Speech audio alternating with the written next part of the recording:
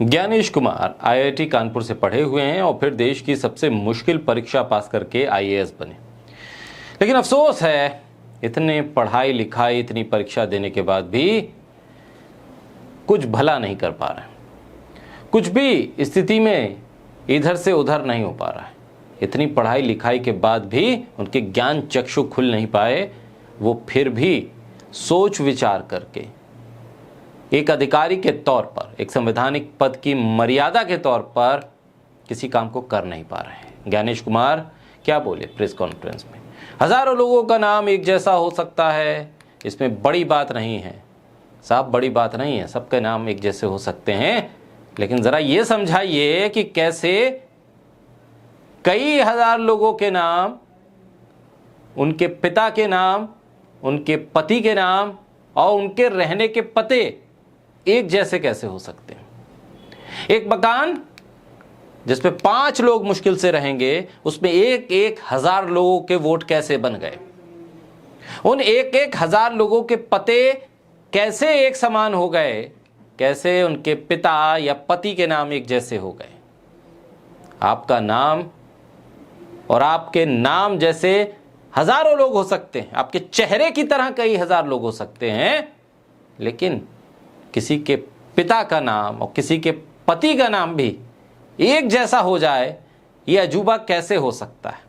IIT से पढ़ा हुआ व्यक्ति ऐसे कुतर्क दे, ऐसे बचकाने लॉजिक दे, उसे क्या कहेंगे?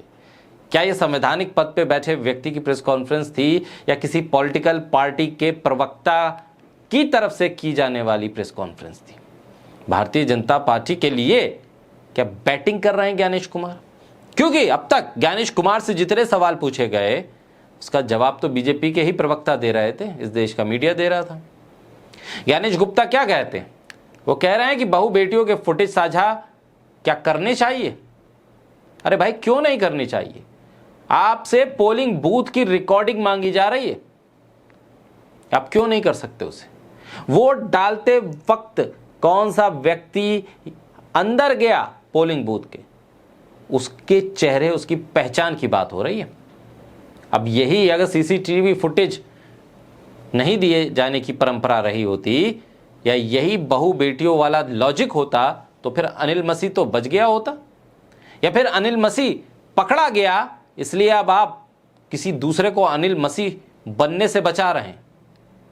इसलिए धांधली को पकड़ा ना जा सके, इसलिए सीसीटीवी फुटेज के आगे बहन बेटियों का जिक्र कर रहे हैं, उसके पीछे छुपने की आप कोशिश कर रहे हैं।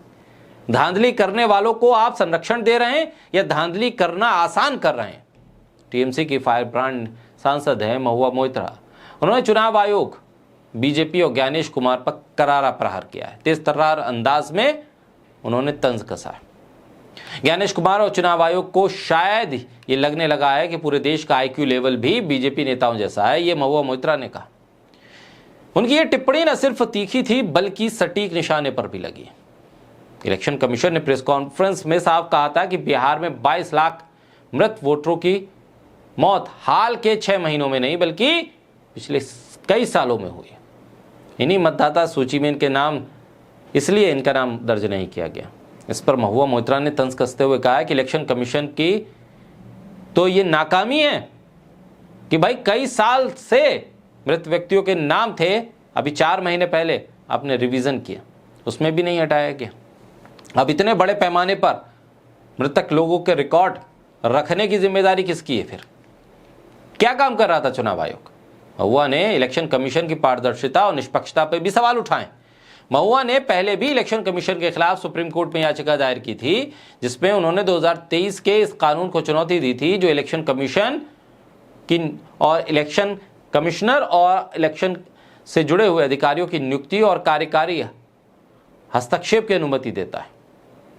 टीएमसी और दूसरे विपक्षी दल जैसे कांग्रेस ने इलेक्शन कमीशन की कार्यप्रणाली पर सवाल उठाए, खासतौर पर बिहार और दिल्ली की मतदाता सूची में हेराफेरी के आरोप लगने के बाद। महुआ के इस बयान ने इलेक्शन कमीशन की विश्वसनीयता पर तीखा सवाल खड़ा कर दिया है। बिहार विधानसभा चुनाव से पहले यह विवाद और गहरा सकता है क्योंकि विपक्ष इलेक्शन कमीशन की निष्पक्षता को लेकर लगातार हमलावर है। अब जवाब देने के लिए ज्ञानेश कुमार आए, एक आईएएस अधिकारी एक आईएएस अधिकारी, आईआईटी से पास आउट एक व्यक्ति, और उसके पास अपने डिफेंस में, चुनाव आयोग के डिफेंस में कोई न तर्क थे न सबूत थे, सिर्फ थे तो क्या, कुतर्क थे। कुतर्क थे और गहन निचले स्तर के लॉजिक थे। इतने निचले स्तर के लॉजिक थे कि वो गली मोहल्ले और सड़क छाप व्यक्ति और इस तरह की भाषा का इस्तेमाल करने वाले व्यक्तियों की तरफ से दिए जाने वाले लॉजिक थे। बस अपने आप को डिफेंड करना है, जैसे चाहे आप करिए। यही महुआ मोइत्रा कह रही हैं। चुनाव आयोग धमकी दे रहा है, 7 दिन में बताइए, हलफनामे पे साइन कीजिए वरना माफी मांगिए। अरे यही तो विपक्ष के नेता सब गए हैं सुप्रीम कोर्ट में, यही तो विपक्ष के नेता सुप्रीम कोर्ट में दलीलें दे रहे हैं, जिसको सुप्रीम कोर्ट ने मानते हुए चुनाव आयोग को आदेश दिया है। अब मामला तो सुप्रीम कोर्ट में है, अब सुप्रीम कोर्ट जो कह रहा है वो करिए। इधर राहुल गांधी से अब तू मैं क्यों कर रहे हैं? संवैधानिक पद पर बैठा हुआ व्यक्ति है राहुल गांधी, विपक्ष का नेता है, लीडर ऑफ ऑपोजिशन है, और आप भी संवैधानिक पद पर बैठे हैं। ये तू मैं वाया मीडिया क्यों कर रहे हैं? आप किसी पॉलिटिकल पार्टी के रिप्रेजेंटेटिव हैं, आप किसी पॉलिटिकल पार्टी को बचा रहे हैं या किसी धांधली पर पर्दा डाल रहे हैं? क्यों नहीं आमने सामने बैठ के बात करते? बुलाइए दफ्तर में और फिर कीजिए बातचीत। महुआ मोइत्रा ने तीखे अंदाज में वीडियो के जरिए चुनाव आयोग की निष्पक्षता को कटघरे में एक बार फिर खड़ा कर दिया।